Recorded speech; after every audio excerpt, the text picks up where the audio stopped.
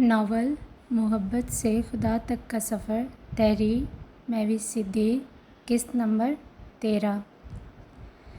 ज़ावियार। इस लड़के को अपने सामने देखकर ज़ैनी के परेशानी से लरजते होंठों में हल्की सी जंबिश हुई। ज़ैनी के मुंह से अपना नाम सुनकर सब लड़के अब बेसाख्ता कहका लगाकर हंसने लग गए थे। यार ज़ावी, तेरी गर्लफ्रेंड तो अपने इस मौसम को आज तक नहीं भूली। एक शौक लड़के ने ताली के अंदाज में हाथ मारते हुए ज़ावियार से बाकायदा हाथ मिलाया था। उनकी इस बात पर ज़ैनब चुप सादे बस इन्हें साकत निगाहों से देखे जा रही थी। ज़ावियार की आंखों में अपने लिए अजीब नफ़रत और हकारत देखकर ज़ैनी को शिद्दत से अपने साथ कुछ गलत हो जाने का एहसास होने लगा था। हाँ यार, यही तो मैं भी सोच रहा हूँ। लगता है मुझसे लड़ते लड़ते शायद इसे भी मुझसे एक उल्फत सी हो गई होगी, इसलिए तो ये आज तक मुझे भूल नहीं पाई। ज़ावियार ने बेहंगम कहका लगाते हुए ज़ैनी की तरफ अपने कदम बढ़ाने शुरू कर दिए थे। ज़ावियार प्लीज़। ज़ैनी ने इन सब लड़कों के तंज़िया हंसते कहके लगाते चेहरे देखे तो बेख्तियार कार की दूसरी साइड से होते हुए पीछे की तरफ बढ़ने लगी। नहीं नहीं ज़ैनब इब्राहिम, बिल्कुल नहीं। आज तुम्हारी ये रिक्वेस्ट किसी तौर काम नहीं आएगी, सो प्लीज़ ये सब करके अपना टाइम वेस्ट मत करो। ज़ावियार को मुसलसल आगे बढ़ते और ज़ैनी को अपने कदम पीछे बढ़ाते देखकर तीनों लड़के एक दूसरे की तरफ देखकर बाकायदा हंसते हुए इसकी बेबसी का मजाक उड़ाने लग गए थे। ज़ैनी को अपनी बेबसी पर इस वक्त शिद्दत से रोना आ रहा था। वो तो पहले से ही यहाँ परेशान और मगमूम खड़ी थी, मगर अब आगे इसके साथ क्या होगा यही सोच ही इसके रोंगटे खड़े हो गए थे। देखो ज़ावियार, मुझसे दूर रहो वरना मैं तुम्हारा बहुत बुरा हशर करूँगी। ज़ैनी ने अपने लहजे की कपकपाहट पर बमुश्किल काबू पाए सख्त लहजे में ज़ावियार को वार्न किया था। वो लोग इसकी डर के मारे लरजती आवाज़ सुनकर आपस में तालियां मारते मज़ीद कहके लगाने लगे थे। ज़ैनी अपने आंसुओं की वजह से धुंधली होती आंखों को बार बार अपने हाथों की पुश से साफ कर रही थी, क्योंकि आंसुओं की वजह से इसकी आंखें बार बार सामने का मंजर धुंधला पेश कर रही थीं। हशर तो जो तुमने यूनिवर्सिटी में मेरा करना था कर लिया, अब तो मेरी बारी है डियर। ज़ावियार एक ही जस्ट में इसके करीब पहुंच गया। इसके यूं छलांग लगाने पर ज़ैनी एकदम डर कर उछली। इसने अपना दुपट्टा ज़ोर से पकड़े इसे सख्ती से अपनी मुट्ठी में भींच लिया था। मुझे माफ़ कर दो प्लीज़, मुझे यहाँ से जाने दो। ज़ैनी ने अब बाकायदा इसके आगे हाथ जोड़ दिए थे, क्योंकि वो इस वक्त ज़ावियार की आंखों में अपने लिए किसी किस्म की कोई राहत नहीं देख रही थी, इसलिए अब बाकायदा इसके आगे हाथ जोड़ते हुए इसकी मिन्नत करने लगी। इसने आसपास देखा मगर ज़मान का दूर दूर तक कोई अता पता नज़र नहीं आ रहा था।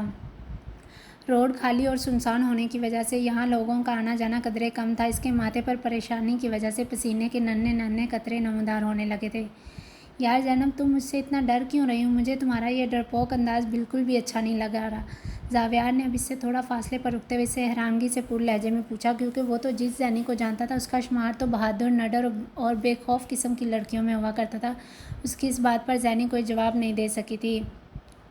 मुझे लगता था फेमस होने के बाद तुम में एटीट्यूड आ गया, मगर तुम मज़ीद शेरनी से सीधा भीगी बिल्ली बनकर रह गए हो। ज़ावियार को इसकी ये डरी सहमी हालत बहुत मज़ा दे रही थी, इसलिए इसका मजाक उड़ाते हुए तंजिया लहजे में गोया हुआ, फेमस नहीं यार, नोटोरियस कहो। पीछे से एक लड़के ने ज़ोरदार हाँक लगाई। जो भी हो यार, हुई तो मेरी वजह से ही है ना, चाहे फिर वो फेमस हो या फिर नोटोरियस, बात तो एक ही है ना। ज़ावियार ने अपने पिछले साथी की तरफ देखते हुए सरसरी अंदाज अपनाया। ज़ैनी को बस यही मौका मिला था। इसने जल्दी से नीचे झुककर मिट्टी के ढेर की मुट्ठी अपने हाथों में कैद कर ली।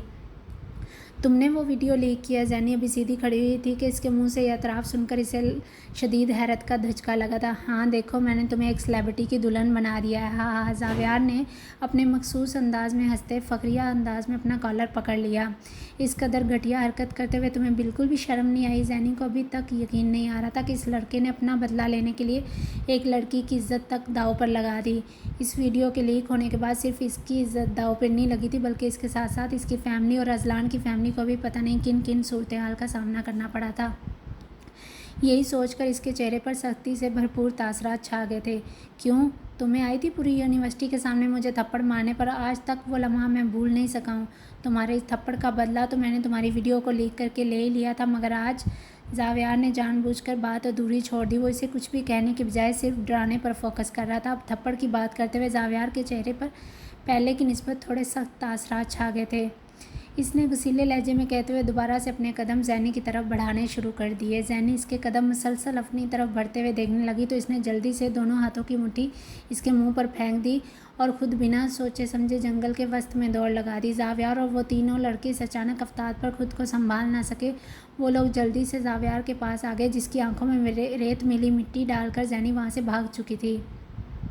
पानी डालो जल्दी। जावियार ने गुस्से से पानी की बोतल मांगी तो एक लड़का जल्दी से जीप से पानी की बोतल ले आया। वो बाकायदा अपने हाथों से इसके मुंह पर पानी के छींटे मारने लगा, मगर वो अपनी कम अक्ली की वजह से जावियार की आंखों में एक भी निशाना सही से लगा नहीं पा रहा था। डफर, इडियट, इधर दो मुझे। जावियार ने इसके हाथ से झपटने के अंदाज में बोतल थामी और अपनी आंखों पर खुद ही पानी डालने लगा। मुसलसल पानी डालने से इसकी आंखें सुर्खियों से तो भर चुकी थी, मगर वो खुल ज़रूर गई थीं। जलन की वजह से वो अपनी सुर्ख होती आंखों को बार बार हाथों से मसल रहा था। कहाँ गई वो लड़की? जावियार ने अपनी आंखें मसलते हुए अतराफ में निगाह दौड़ाई, मगर ज़ैनी कहीं भी मौजूद ना थी। जावियार ने गुस्से से इन तीनों को मुखातब किया, जिस पर वो सारे एक दूसरे को परेशान निगाहों से देखने लगे। यार जावी, वो तुम्हारी तबीयत ख़राब हो रही थी, इसलिए हमने उस लड़की की तरफ देखा ही नहीं। तीनों में से एक ने डरे सहमे अंदाज में वजाहत दी। उल्लू के पट्टे हो सारे के सारे। इतने दिनों बाद वो मेरे हाथ लगी थी और तुम लोगों की बेवकूफ़ी ने सारा प्लान बिगाड़ कर रख दिया। मैंने आज इसे डरा डरा कर ही इसकी जान निकाल देनी थी। जावियार ने इन तीनों को सर्द निगाहों से घूरते हुए घर कहा। ज़ैनब को लगा था वो शायद इसके साथ कुछ गलत करेगा, इसलिए वो डर के मारे वहाँ से भाग गई थी, लेकिन ये तो सिर्फ जावियार ही जानता था कि वो इसे इस कदर डराना चाहता था कि दोबारा कोई लड़की इसके साथ ये सब करने की जुर्रत ना करे। इसलिए तो वो इसके सामने जल्द ही वीडियो लीक करने का भी एतराफ़ कर गया था। तभी अचानक इन्हें तेज़ स्पीड में दूर से आती एक गाड़ी दिखाई दी, तो इन सब की तवज्जो भी इधर मबजूल हुई। चलो भागो यहाँ से जल्दी। जावियार ने फ़ौरन इन सबको जीप में बैठने का और फिर खुद तेज़ी से गाड़ी रिवर्स करके पीछे की तरफ बढ़ा दी। सामने से आते ज़मान ने भी इन लड़कों को जल्दबाजी में जीप में बैठते देखा, मगर वो इन्हें नज़रअंदाज करके इधर भागता हुआ कार की जानिब आ गया। तब तक दूर से आती गाड़ी ने भी इसकी कार के पास ज़ोर से ब्रेक लगाई थी। मुकाबल शायद फुल स्पीड से कार चला रहा था। ज़मान भी अब पानी की बोतल को हाथ में थामे अजलान को कार से बाहर निकलकर तेज़ तेज़ कदमों से इधर आते हुए देख रहा था। ज़ैनब कहाँ है? अजलान की तेज़ आवाज़ पर ज़मान ने जल्दी से गाड़ी के अंदर निगाह दौड़ाई। ज़ैनब को अंदर मौजूद ना पाकर इसकी आंखें हैरत के मारे फटी की फटी रह गई थीं। ज़मान को हद दर्जा खामोश पाकर अजलान भी अब कार की विंड स्क्रीन से इसके अंदर का मंजर देखने लगा। इसे लगा शायद ज़ैनब सो रही है, इसलिए ज़मान चुपचाप खड़ा है, मगर अंदर किसी ज़ीरू का नामो निशान ना पाकर अजलान की आंखें भी अपना हुजम मज़ीद फैला गईं। अब वो सख्त निगाहों से ज़मान को घूरने लगा था। सर, एक्चुअली वो कार बंद हो गई थी, बस इसलिए मैंने आपको मैसेज किया था, और मैसेज करते साथ ही मैं इधर जंगल में पानी लेने चला गया था। और फिर ज़मान ने झुकी निगाहों समेत अज़द शर्मिंदा होते हुए अजलान को सारी हकीकत बतानी शुरू की, मगर अजलान ने इसकी बात दरमियान में ही उचक ली। ज़मान, तुम्हारा दिमाग ज़रा सा भी काम नहीं कर रहा था क्या? ज़ैनब को यहाँ बीच रोड पर अकेला छोड़कर तुम कहीं और चले गए? अजलान अब इसके झुके सर को एक सख्त निगाह से घूरकर रोड के अतराफ में मतलाशी अंदाज में निगाहें दौड़ाने लगा था। इसे बिल्कुल भी समझ नहीं आ रही थी कि पहले किस तरफ जाए, क्योंकि सड़क के दोनों अतराफ घने जंगल थे और किसी बशर का दूर दूर तक कोई नामो निशान नज़र नहीं आ रहा था। फिर अचानक इसे वो जीप याद आ गई जो इसने दूर से आते यहाँ खड़े देखी थी। यहाँ आते साथ इसने ध्यान ना दिया, लेकिन अब इसे शिद्दत से कुछ गलत होने का एहसास हो रहा था। अज़द परेशानी के मारे इसकी शफाफ कुशादा पेशानी पर पसीने के नन्हे नन्हे कतरे नमदार होने लगे। इसकी मतलाशी निगाहें ज़ैनी की एक झलक देखने को बेताब नज़र आ रही थी। I am really sorry sir. वो ज़मान ने फिर से माजरत की। इसे खुद इस वक्त ज़ैनब की गैर मौजूदगी शदीद किस्म की परेशानी से दो चार कर रही थी। ज़मान, तुम अभी के अभी इस जीप के पीछे जाओ, हाँ वापसी पर अपने साथ किसी मैकेनिक को भी लेते आना। मैं तब तक ज़ैनब को ढूंढने की कोशिश करता हूँ। अजलान ने मुठियाँ बीचे अपने गुस्से पर थोड़ा काबू पाया और फिर अपने आवाज़ में रहते हुए संजीदगी से पुर लहजे में ज़मान को नया हुक्म सादर किया। इसके ऑर्डर पर ज़मान फ़ौरन जी सर कहता अजलान की गाड़ी लेकर वहाँ से चला गया। अजलान ने एक पल के लिए अपना परेशानी से अपना सर हाथ में थाम लिया था और फिर रोड के एक तरफ मौजूद घने जंगल में अपने तेज़ कदम उठाते हुए इसे ज़मान का भेजा गया मैसेज याद आ गया। इसके कदमों में मज़ीद तेज़ी आ गई। तेज़ तेज़ चलने की वजह से इसके भारी बूट मुसलसल धूल उड़ा रहे थे।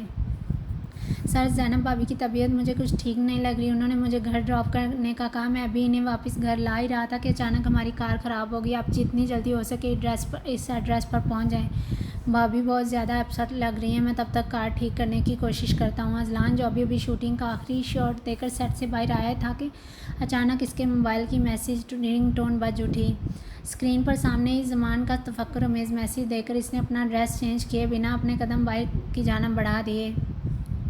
इसका शूटिंग सेट इस लोकेशन से थोड़ा फासले पर था, इसलिए वो 10 मिनटों के अंदर अंदर रैश ड्राइविंग करते यहाँ पहुँच गया। मगर यहाँ इस कदर गैर यकीनी सूरत हाल को सामने देखकर अजलान के होशोवास सही मायनों में बक्से उड़ गए थे। वो जो पहले खुद को डिस्टर्ब करने पर थोड़ा अपसेट लग रहा था, लेकिन अब इस परेशानी में इसे कुछ सुझाई नहीं दे रहा था। इसने काफ़ी दूर तक चलते कदमों के निशानात ढूंढने चाहे, मगर इसे आसपास कहीं भी कोई निशान नज़र ना आया। इसलिए वो जल्दी से भागकर रोड की दूसरी साइड पर आ गया। वहीं से थोड़ी दूर एक तरफ मसलसल भागते कदमों के निशानात मिल गए थे। अब इसने गहरा सांस फिजा में खारिज करते हुए बाकायदा शुक्र अदा करके इन कदमों के निशानों के पीछे जाना शुरू कर दिया। रात अपनी चादर फैलाने को बेताब नजर आती सूरज की बची कुची मदम पड़ती जंग रोशनी को भी अपनी लपेट में ले चुकी थी। सर्दियों की शामें उदास शामें तेज़ी से पर फैलाती रात को खैरबाद कहकर अपनी सैरअंगेज़ी समेत अपने इख्तिताम को पहुंच गई। जैसे जैसे अंधेरा बढ़ रहा था वैसे वैसे अजलान की परेशानी में मुसलसल इजाफा होता जा रहा था। आयशा, जिमल, जैनी कहीं नज़र नहीं आ रही, कहाँ है वो? आसमा बेगम जैनी को कब से पूरे हाल के अतराफ़ में तलाशी निगाहों से देख रही थी, लेकिन वो इन्हें कहीं भी नज़र नहीं आ रही थी। बिल आखिर आसमा बेगम ने स्टेज पर खड़ी सब लड़कियों के साथ फंक्शन को एंजॉय करती जिमल और आयशा से ज़ैनब के बारे में पूछा। I am sorry mama, actually वो जैनी का मैसेज आया था, इससे यहाँ थोड़ी घुटन सी हो रही थी, इसलिए वो ज़मान भाई के साथ वापस घर जा रही है। आयशा भाभी ने आसमा बेगम के पूछते ही अचानक कुछ याद आने पर अपने माथे पर चपत के अंदाज में हाथ मारा था, क्योंकि जैनी ने मैसेज में इसे याद से आसमा बेगम को भी इन्फॉर्म कर देने का कहा था, मगर फंक्शन के चक्कर में आयशा भाभी के जहन से ही निकल गया और इन्हें किसी को इन्फॉर्म करना भी याद ना रहा। ओहो भाभी, आप भला मुझे तभी बता देती, मैं इन्हें यहीं रोककर घर से ही कोई मेडिसिन मंगवा देती या फिर सीधा डॉक्टर के पास ही ले जाते। पता नहीं अब कैसी तबीयत होगी उनकी। जिमल ने भी आयशा का जवाब सुना तो असद फिक्रमंद तासरात समेत अतराफ में निगाह घुमाने लगी। कोई बात नहीं जिमल, अच्छा आप लोग एंजॉय करो, मैं तब तक फ़ोन करके जैनी की खैरियत मालूम कर लेती हूँ। जिमल और आयशा को परेशान तासरात के साथ खड़े देखकर आसमा बेगम ने इन्हें फ़ौरन तसल्ली दी और खुद स्टेज से नीचे आ गई, क्योंकि उन्होंने आयशा भाभी के चेहरे पर छाई परेशानी फ़ौरन महसूस कर ली थी। मोबाइल हाथ में पकड़े उन्होंने कितनी बार जैनी का नंबर डायल किया। बेल तो मुसलसल बज रही थी मगर फ़ोन रिसीव नहीं हो रहा था। वक्त गुजरने के साथ साथ इनके चेहरे के तासरात में मज़ीद बेचैनी नुमायाँ होने लगी थी। जैनी का नंबर काफ़ी मरतबा डायल कर लेने के बाद अब उन्होंने अजलान के मोबाइल पर फ़ोन करना शुरू कर दिया। इन्हें लगा कि शायद अब तक अजलान ही घर पहुंच गया होगा ताकि वो इससे जैनी की खैरियत मालूम कर सके, मगर इसका नंबर भी बदस्तूर ऑफ ही जा रहा था। अब हमें जल्द अज जल्द यहाँ से निकलना चाहिए, घर में अकेली बच्ची पता नहीं क्या कर रही होगी, ऊपर से उसकी तबीयत भी ख़राब है। आसमा बेगम ने इधर आकर फंक्शन को देखा तो इधर अभी काफ़ी रसूमात बाकी थी, इसलिए वो परेशान अंदाज समेत इधर उधर टहलने लगी। इनके पास ज़मान का भी नंबर नहीं था, वरना वो डायरेक्ट इसे ही फ़ोन करके पूछ लेती। आलियान और सिकंदर शाह आसपास कहीं दिखाई नहीं दे रहे थे। शायद खालिस्तान औरतों के फंक्शन को देखकर मद्दर हजरात यहाँ से बाई लॉन में जाकर आपस में खुशगपियों में मसरूफ़ हो गए थे। यहाँ हॉल में भी इक्का दुक्का लड़के मौजूद थे जो कोई ना कोई ड्यूटी सर अंजाम दे रहे थे। या अल्लाह, मेरे सब बच्चों को अपने अमान में रखते हुए इनकी हिफाजत करना। आसमा बेगम ने उम्मीद तलब निगाहों से एक बार फिर जैनी का नंबर डायल किया, शायद इस बार ही फ़ोन रिसीव हो जाए, मगर नदार्द। और फ़ोन रिसीव होता भी कैसे? मोबाइल तो इसी बंद गाड़ी में ही बैक सीट के ऊपर पड़ा बज कर बंद हो रहा था। हया उठो ना प्लीज़, थोड़ा सा खाना खाकर मेडिसिन ले लो, फिर सुबह तब तुम खुद को काफ़ी बेहतर महसूस करोगी इंशाल्लाह। मरियम ने हया को बुखार की हालत में अच्छा खासा तपते देखा तो इसके माथे पर काफ़ी देर पट्टियाँ करती रही। बुखार तो पहले की निस्बत काफ़ी हद तक कम हो चुका था, इसलिए मरियम अब इससे थोड़ा खाना खाने का कह रही थी ताकि इसे मेडिसिन खिला सके, मगर हया का बिल्कुल भी दिल नहीं चाह रहा था, इसलिए वैसे ही लेटी रही। हया, मैंने सुबह से कुछ भी नहीं खाया, अगर तुमने कुछ ना खाया तो मैं भी नहीं खाऊंगी। मरियम ने अपना वही इमोशनल ब्लैकमेलिंग का आखिरी हरबा आजमाया। जवाबन वो इसे परेशान निगाहों समेत देखने लगी थी। यार मरियम प्लीज़ तुम तो खाओ, मेरा बिल्कुल भी दिल नहीं चाह रहा। हया ने बोझल आवाज़ में इसे खाना खाने का कहा, मगर इसने फ़ौरन नफ़ी में सर हिला दिया, जिस पर हया मुँह बसोरती बमुश्किल तकिए का सहारा लेकर उठी और जल्दी से इसके हाथ से टोस्ट का एक पीस लेकर मुँह में डालने लगी। मरियम हया को अपने लिए फ़िक्रमंद होते देखकर धीरे से मुस्कुरा दी। चलो अब तुम भी खाओ। हया ने मरियम के आगे बाइट बना कर रखा तो वो भी इसी के साथ साथ खाना खाने लग गई। पहले पहल तो मरियम हया की तबीयत की खबर मामा बाबा को फ़ोन के ज़रिए बताने लगी थी। हसन साहब और रिफ़त बेगम इस वक्त अबीरा का माइयों का फंक्शन अटेंड करने गए थे, मगर फिर हया के सख्ती से मना करने पर मरियम अब खुद ही इसका ख्याल रखने लगी थी। इसी देखभाल की बदौलत ही दोपहर से अब तक मरियम ने हया के टेम्परेचर में काफ़ी फ़र्क महसूस किया था, वरना हया की तेज़ी से बिगड़ती हालत देखकर तो इसके हाथ पाँव ही फूल गए थे। बस और नहीं खाया जा रहा मरियम प्लीज़, हया ने बंद होती आंखों समेत थकावट से पूर्ण लहजे में कहा। तो अब की बार मरियम ने भी ज़्यादा फोर्स ना किया और फिर जल्दी से टैबलेट निकालकर पानी का गिलास हया के आगे रख दिया, जिसको देखते वो बुरे बुरे मुंह बनाने लगी।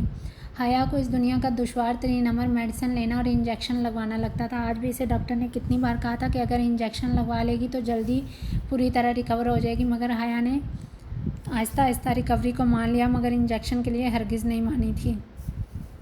बस इसी वजह से अब वो ज़बरदस्ती टैबलेट ले रही थी, वरना मरियम ने धमकी दी कि अगर मेडिसिन ना ली तो सीधा डॉक्टर को फ़ोन कर देगी। अब इसी धमकी के पेश नज़र हया ने चुपचाप मेडिसिन खाई और फिर मरियम ने इसका तकिया सीधा करके इसको वापस बेड पर लटा दिया और साथ में लाइट भी ऑफ़ कर दी। चलो ठीक है, अब तुम आराम करो, अगर कोई चीज़ चाहिए हो तो मुझे बताना, मैं यहीं बाहर लाउंज में ही मामा और बाबा का वेट कर रही हूँ, ओके।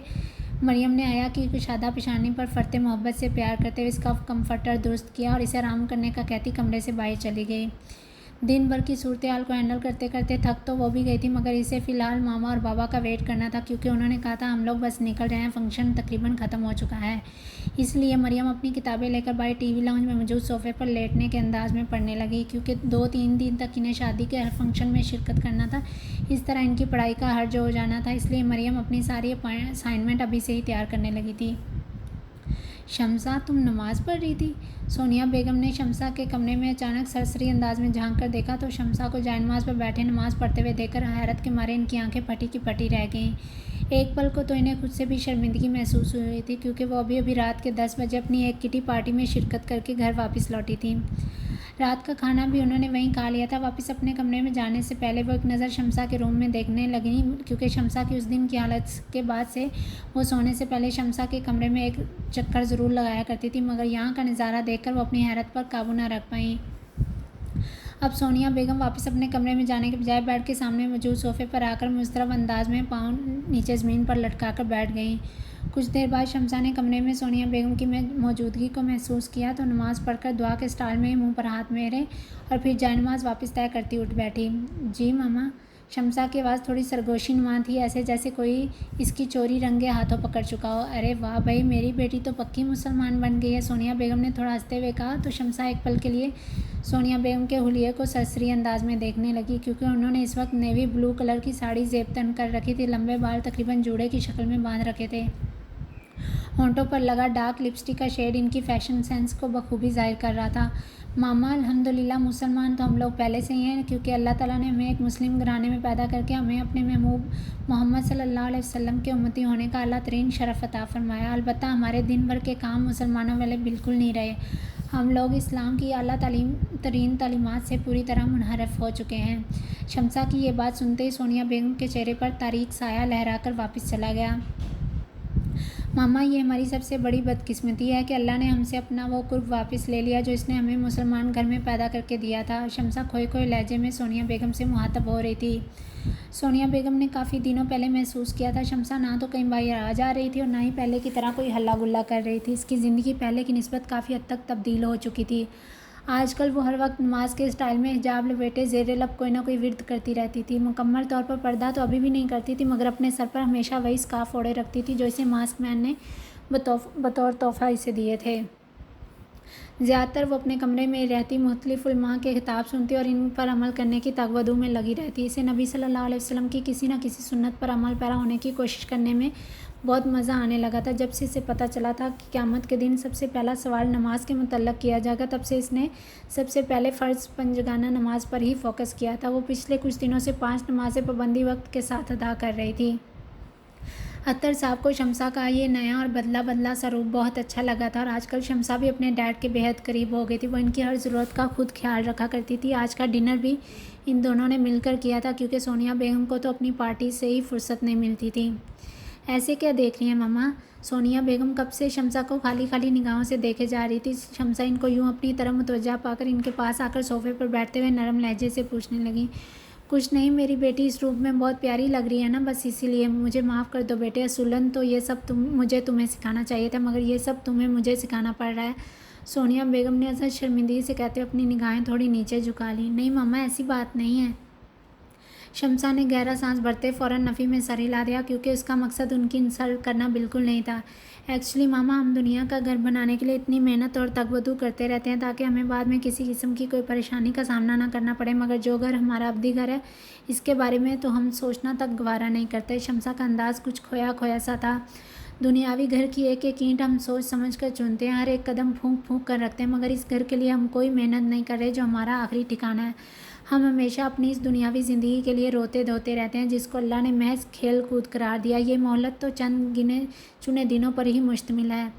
हमारी असल ज़िंदगी और हमारा अब्दी घर तो हमें क़यामत के रोज़ ही मिलेगा। और जो शख्स उस दिन पुरसुकून हालत में होगा तो समझ लीजिए उस शख्स ने इस दुनियावी ज़िंदगी को रब्बे कायनात के वज़ा किए गए इन्हीं उसूलों के मुताबिक ही गुजारा है, जिनको तकरीबन 1450 साल पहले ही अल्लाह ताला ने कुरान पाक में वाज़िह तौर पर बता दिया है।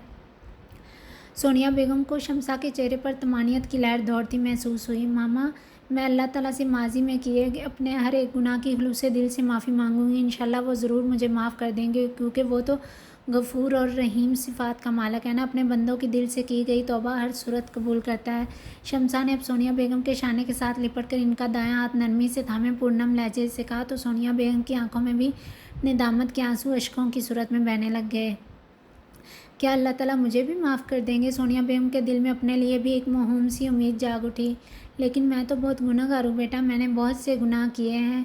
कुछ सोचते हुए सोनिया बेगम की आंखों में जलती रोशनियाँ फ़ौरन ही बुझ गईं। मेरी वजह से इस बेगुनाह लड़की को भी दर बदर भटकना पड़ा, और भी न जाने कितने गुनाह किए हैं मैंने। सोनिया बेगम ने निदामत के मारे अपना सर हाथ हथेलियों में मुकीद कर लिया। मैं तो अपनी आखिरी सांस तक भी तौबा करती रहूं तो मेरे गुनाहों की माफ़ी तब भी नहीं मिलनी। मेरे गुनाहों की तादाद बहुत ज़्यादा है। सोनिया बेगम ने बाकायदा रोते हुए शमसा के सामने अपने किसी गुनाहों का एतराफ़ किया था, जिनको फ़िलवक्त समझना शमसा के लिए नामुमकिन था, क्योंकि सोनिया बेगम ज़ुमैनी लहजे में बात कर रही थी। शमसा अपनी माँ की ये हालत देखकर बहुत ज़्यादा परेशान हो गई थी। मम्मा, अल्लाह ताला गफूर रहीम है, उसकी सिफ़त रहमान तो इस दुनिया में बसे हर एक इंसान के लिए मुश्तरक है, लेकिन इसकी सिफ़त रहीम खालिस्तन मुसलमानों के लिए, जो अपने आप में एक बहुत बड़ी नेमत है। वो अपने हर एक बंदे की आहो पुकार सुनता है, चाहे वो इसे दिल से पुकारें या फिर ज़ुबान से गायब दिमागी से याद करें या फिर नींद में डूबे हुए। वो ज़ाते बारी ताला इस दुनिया में मौजूद हर छोटे से छोटे ज़र्रे से भी वाकफ़ियत रखती है। सोनिया बेगम अपनी तमाम तर तवज्जो शमसा की तरफ मबज़ूल करते हुए इसकी बातें इन हमाक से सुनने लगी थी। क्या सच में? शमसा को इस वक्त सोनिया बेगम का अंदाज़ बिल्कुल बच्चों वाला लग रहा था। इन्हें बिल्कुल भी यकीन नहीं आ रहा था कि इतने गुनहगार होने के बावजूद भी अल्लाह ताला इसे माफ़ कर सकते हैं। मामा, मैं आपको एक वाक़ये के बारे में बताती हूँ। शायद मैंने कहीं पढ़ा था, एक बुत बनाने वाला आदमी था। उसने एक बहुत ही शानदार बुत बनाया था। उस बुत को हद से ज़्यादा चाहता था, उसकी अपनी जान से भी ज़्यादा हिफाजत किया करता था। इसको सोते जागते हमेशा वो या सनम जज्बात से पुर लहजे में कहता रहता था। एक दिन वही आदमी नींद में या सनम की जगह या समद कहने लगा तो अर्श से रब्बे करीम ने फ़ौरन इसकी बात का हाँ में जवाब दिया था। सारे फरिश्ते इस बुत तराश के बारे में पहले से ही जानते थे, इसलिए उन्होंने अल्लाह ताला से सवाल पूछा कि या अल्लाह, इस बुत तराश के मुंह से गलती से या सनम की जगह या समद निकला, हालांकि इसका इरादा आपको बुलाने का नहीं था, फिर भी आप इसकी पुकार पर फ़ौरन जवाब क्यों दे रहे हैं? मामा, आपको पता है अल्लाह ताला ने आगे से क्या जवाब दिया? शमसा ने दिलचस्पी से मुस्कुराते सोनिया बेगम से सवाल किया। क्या? सोनिया बेगम ने तजस्सुस के आलम में उल्टा सवाल ही दाग दिया। मामा, अल्लाह ताला ने जवाब दिया था कि हर रोज़ वो इस बुत को या सनम कहता है। वो बुत तो बेज़ुबान है, बोल नहीं सकता, सुन नहीं सकता, इसीलिए तो इसकी किसी बात का कोई जवाब नहीं देता। मगर मेरी तमाम सिफ़ात में से एक सिफ़त अस्समी भी है, जिसका मतलब है सुनने वाला, इसलिए मैंने इसे फ़ौरी जवाब दिया। अगर मैं भी इसकी पुकार का जवाब नहीं दूंगा तो मेरे और इस बुत में क्या फ़र्क रह जाएगा? सोनिया बेगम शमसा की पूरी बात सुनने के बाद अपना सर हाथों में गिराए शिद्दत से रोने लगी। या अल्लाह, मुझे माफ़ कर दे, मेरे मौला मुझे राह हदायत पर डाल दे, मेरे रब्बे करीम मुझे माफ़ कर दे प्लीज़। सोनिया बेगम ने शमसा के पास बैठकर रोते हुए अपने रब से माफ़ी मांगी और फिर सच्चे दिल से अपने लिए हदायत की भी दुआ की थी। आमीन। या अल्लाह, हम सबको नेक राह पर चलाकर अपने सालेहीन और कुर्ब वाले बंदों में शामिल कर ले। शमसा ने अब सोनिया बेगम के आंसू बाकायदा अपने हाथों से साफ़ किया और दिल ही दिल में अपने और तमाम आलमी इंसानियत के लिए रब से दुआ मांगने लगी थी। बेशक वो रब्बे कायनात सबकी सुनता है, वो तो इंसान की शारक से भी ज़्यादा करीब है। इंसान के दिल से की गई सच्ची तौबा और नदामत में बहाया गया एक आंसू भी इसके तमाम तर गुनाहों को धो डालने के लिए काफ़ी होता है, बशर्त ये कि वही गुनाह दोबारा जानबूझकर ना किया जाए। अल्लाह ताला गफूर रहीम है, बेशक वो दिलों का हाल सुनने वाला और जानने वाला है। अल्लाह ताला की ज़ात बिना मांगे हर चीज़ अता करती है सिवाय हदायत के, और हदायत भी सिर्फ़ उसी शख्स को ही मिलती है जिसके दिल में इसकी सच्ची तलब उठे, और अल्लाह ताला इसकी तौफीक भी उसी को देते हैं जो इसकी दी हुई अक्ल को इस्तेमाल करते हुए हक़ की जुस्तजू करे। घने जंगल में फुल स्पीड से भागती इस लड़की को अपना कोई होश नहीं रहा था। वो बार बार पीछे देखती मुसलसल तेज़ कदमों से आगे बढ़ती जा रही थी। हवा के ज़ोर से कोई एक दरख्त का पत्ता भी नीचे ज़मीन पर गिरता तो अपने कदमों में मज़ीद तेज़ी ले आती। इसके पीले कपड़े इस वक्त गर्द आलूद हो चुके थे, क्योंकि वो भागते भागते कितनी बार नीचे गिरी थी, मगर वो आज किसी सूरत हिम्मत नहीं हारना चाहती थी। इसे फ़िक्र थी तो बस अपनी इज्जत की। इसका दुपट्टा कई जगह से फट चुका था। सिल्की बालों की चोटी तकरीबन खुल जाने के बायस इसके बाल बेतरतीब अंदाज में बिखर कर इसके शानों पर गिर चुके थे। पाँव में अभी तक खुसे पहने हुए थे। इसको अंदर से कुछ कुछ गीले महसूस हो रहे थे। रास्ते में भागते भागते पत्थर से टकराने की वजह से इसके पाँव का नाखून एक जगह से टूटकर इसको ज़ख्मी कर गया था। इसके पाँव से मुसलसल खून बह रहा था। इसकी आंखों से आंसुओं का एक सैलाब उमड़ रहा था। तेज़ी से फैलती नमी के बायस इसके सामने का मंजर बार बार धुंधलाया जा रहा था, मगर वो अपनी इन आंखों को अपने हाथों से की पूंछ से साफ करती मुसलसल भागे जा रही थी। तभी अचानक इसका एक बाजू दरख्त की शाख से टकराया। कांटा अंदर तक चुभने की वजह से वो ज़ख्मी हो गया और वो दर्द से कराहते वहीं नीचे ज़मीन पर बैठ गई। मुसलसल भागने की वजह से इसका तनफ़ुस बुरी तरह फूल चुका था। अपने पीछे किसी की आहट को ना पाकर ज़ैनी वहीं दरख्त की ओट में छुपकर अपना चेहरा हाथों में छुपाए बेआवाज़ रोने लगी। इसके चेहरे से इस वक्त इसके कुर्ब और अज़ियत का बआसानी अंदाज़ा लगाया जा सकता था। न जाने कब तक वो ऐसे ही बेआवाज़ आंसू बहाती रहती कि अचानक किसी ने इसके कंधे पर अपने मजबूत हाथ का दबाव डाल दिया। शानों पर किसी के हाथ की गिरफ्त महसूस करती जैनब ज़ोर से चीख उठी और